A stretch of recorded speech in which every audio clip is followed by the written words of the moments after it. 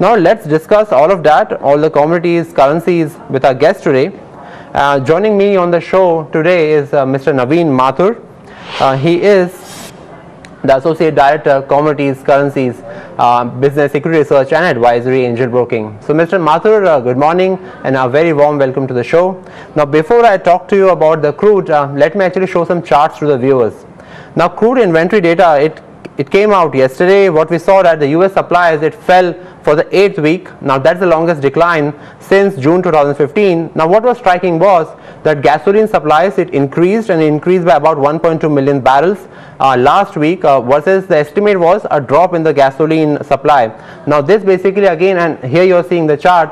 So the yellow line is the crude which has been falling consistently over the last few days, but what is more important is to watch the green line, which is the gasoline, and the market has been afraid of about build up in the gasoline supply, and which is why there was an expectation that because gasoline cracks are weakening, the refinery utilization could dip, and which could mean that lower demand for the crude oil because of weak seasonality over the next few weeks. So that's exactly what the data basically was showing up, that gasoline supply went up, so which means there was a build up in the supply. Crude inventory was slightly lower, and that was partly attributed to a dip in the refinery utilization where it was estimated to be actually increased. Let's ask Mr. Mathur.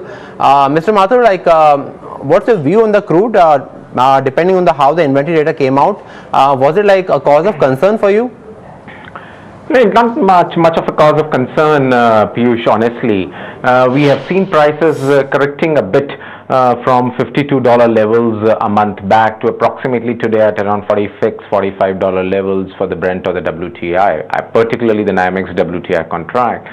I think it's more to do with the rebalancing activity.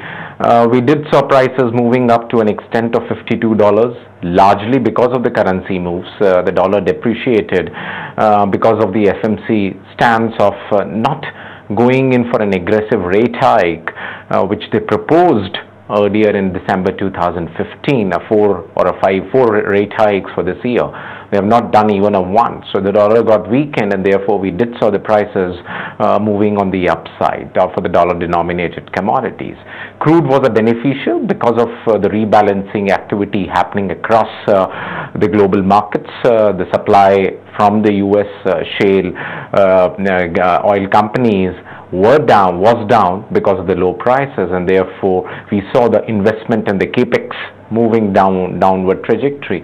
All that led to the rebalancing of the crude oil prices, which took the prices plus the currency factor, took the prices to approximately $52, $53 levels. Today we are seeing the WTI contract trading at around $45 levels. So I think it's just a rebalancing activity, not to panic too much, but I think the markets would consolidate at around $50 for some time from here on. We have come from around $26, if I'm not mistaken, in January 2016. It's almost doubled in 6 months or so. So I think it's going to be consolidating at around $50 levels, currently trading at around $45 for the NYMEX WTI. Sure. So let's bring out the chart of the positions on the exchange at present. So Mr. Mathur, if I'm understanding it, what you're saying is that at present the sideways trend seems to be the order of the day, and also as we said, consolidation is happening. Now this chart is very interesting, which is what is showing that and you should actually pay attention to the green line. The green line is basically the short contracts on the New York Exchange, and if you look at over the last 1 month, what we are seeing is that positions are getting reversed. So as Mr. Mathur was pointing out, that we had hit a peak of $51, $52, and after that the position, the conviction started changing, and we started the position getting reversed from net long to net short. Mr. Mathur, like what I was seeing on the screen was that now basically the short positions have increased on the exchange on the crude oil, and since now from $51, $52, as you were pointing out, we have basically seen cooling off of the crude price to $45. Do you think that in the near term we could actually see a retracement of more towards $40, $42? I think $44 is anyway, 44, 45, Piyush, it's anyway there on the screen. No, I'm saying 40 to $42. Okay, I don't think so that 40 would be the level.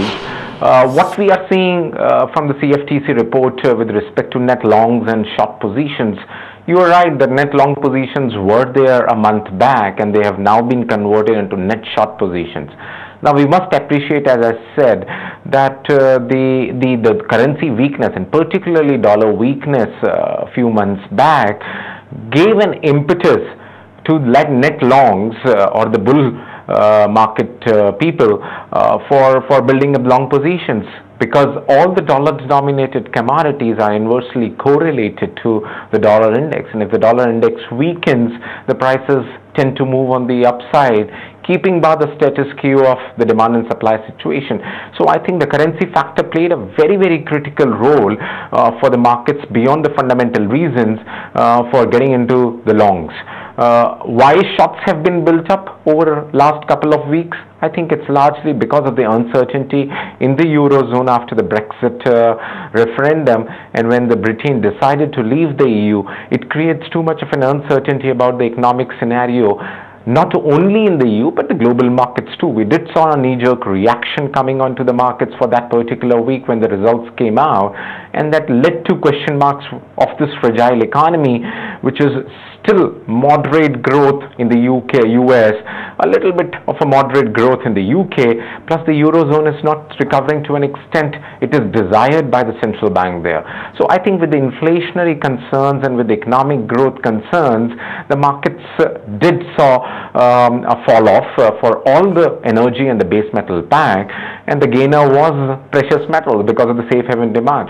So I think it is more to do with the uncertainty with respect to the global outlook because of the EU concerns on the Brexit referendum than anything else. So I think overall it's more to do with the currency factor for the net longs to be built in, and for the Brexit referendum for the net shorts to be built in crude. So I think it's going to be around $44-45 levels. I don't think so $40 as of now. Point taken, Mr. Mathur. Now, since you have mentioned currency, let me take the opportunity of asking you, what's your view on the dollar rupee at present, and if it's possible, if you can actually shed some light on some view on the yen also. Okay, the yen, I think gonna be little stabilizing at these particular levels. It did saw safe haven demand over the last 2 or 3 weeks. It got appreciated for a simple reason that people just went out of the risk assets after the Brexit move towards the safe haven, and yen serves that particular safe haven currency asset class beyond the dollar. It's trading currently at around 105 or 106 levels against the dollar. I think it is gonna appreciate a little bit further. The recent votes also gave a promising lead, or I should say a super majority to the current government, and which makes Mr. Abe's 3-arrow or the kind of Abenomics which we say more strength. So I think yen would somehow be appreciating further from here at around 105. Somebody wants to do trade on the Indian market, sell the Japanese yen versus the rupee contract on the NSE at around 64.10, 64.15, stop loss at around 64.35, and we would recommend the targets in a range of around 63.75 to 63.70 for the day.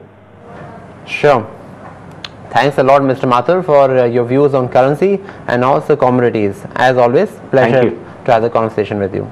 So here was the view on crude and also the currency. Let's also, before we wrap up, have a look at the JPY-INR chart. Now, what's interesting here is that what you're seeing is that on the dollar, and here you go, basically if you pay attention to the line, it's actually telling you that yen is weakening now, and that's partially because of Prime Minister Abe's call to further stimulus, which means that on the Indian rupee front, you actually could be expecting further strengthening of the Indian rupee. Consensus opinion on the dollar yen is somewhere around 105, 106, which means there is still 2 to 3% move to go. And so far it looks that because the stimulus could be expected, that would be a sign of weakening of yen. So watch out on JPY-INR. The INR long should get actually